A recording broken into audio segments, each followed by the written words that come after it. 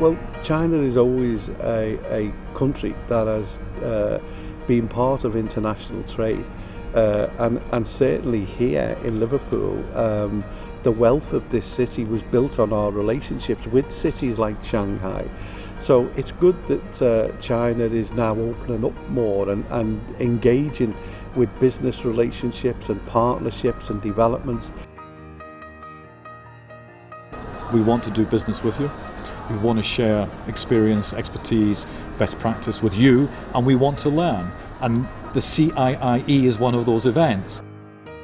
We are now recognised as Liverpool as the most active trade partner in China as a city, because we're there, we're engaging, we create football contracts, we create business contracts, we create education contracts by opening that door.